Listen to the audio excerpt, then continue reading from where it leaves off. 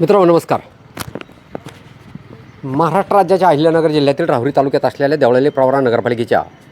प्रसादनगर भागातील शौचालयाची दुरुस्ती करण्यासाठी आणि त्या ठिकाणची नागरिकांची गैरसोय टाळण्यासाठी देवळाली प्रवरा नगरपरिषदेला आम्ही 1 जानेवारीला विनंतीपत्र दिलेलं होतं की आपण तातडीनं त्या सार्वजनिक शौचालयाची दुरुस्ती करावी आणि नागरिकांची तेथील गैरसोय आपण टाळावी. अन्यथा 26 जानेवारी रोजी त्या शौचालयातील मैला आम्ही नगरपालिकेमध्ये आणून टाकण्याचं एक अनोखं आंदोलन या ठिकाणी हाती घेतलेलं होतं आणि तसं पत्र आम्ही देवळाली प्रवरा नगरपरिषदेला आणि जिल्हा प्रशासनासह पोलीस यंत्रणेला दिलेलं होतं.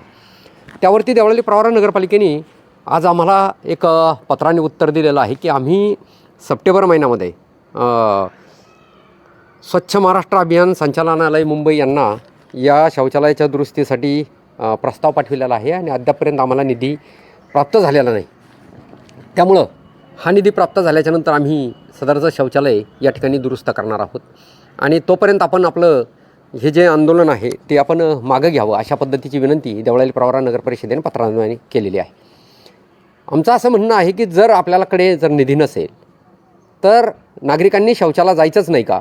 हा एक साधा प्रश्न या ठिकाणी उपस्थित होत आहे आणि त्या ठिकाणच्या होणारा गैरसोय आम्हाला स्वच्छतेच्या बाबतीत नगरपालिकेला इतके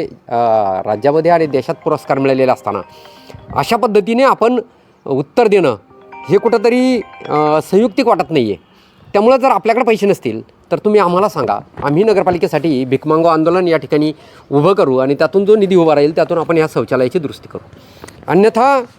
आपल्याकडे आपण माझ्या पाठीमागे बघत आहात की तात्पुरत्या त्या नागरिकांची तिथली या सदरचा निधी येईपर्यंत आम्हाला ही जे नगरपालिकेचं मोबाईल टॉयलेट आहे हे त्या नागरिकांसाठी आपण तात्काळ त्या ठिकाणी उभं करून द्यावं अशा पद्धतीची आम्ही या ठिकाणी आज उलट टपालाने नगरपालिकेला कळविलेलं आहे, जिल्हा प्रशासनाला कळवलेलं आहे, पोलीस यंत्रणेलाही कळविलेलं आहे की त्या शौचालयाच्या दुरुस्तीसाठी आपल्याला निधी येईपर्यंत आपण हे उभं असलेलं मोबाईल टॉयलेट म्हणजे फिरतं शौचालय त्या ठिकाणी प्रसादनगरच्या नागरिकांसाठी त्या सार्वजनिक शौचालयाच्या शेजारी उभं करावं आणि तेथील नागरिकांची असलेली गैरसोय तोपर्यंत आपण टाळावी, तरच आम्ही हे आंदोलन थांबवू. अन्यथा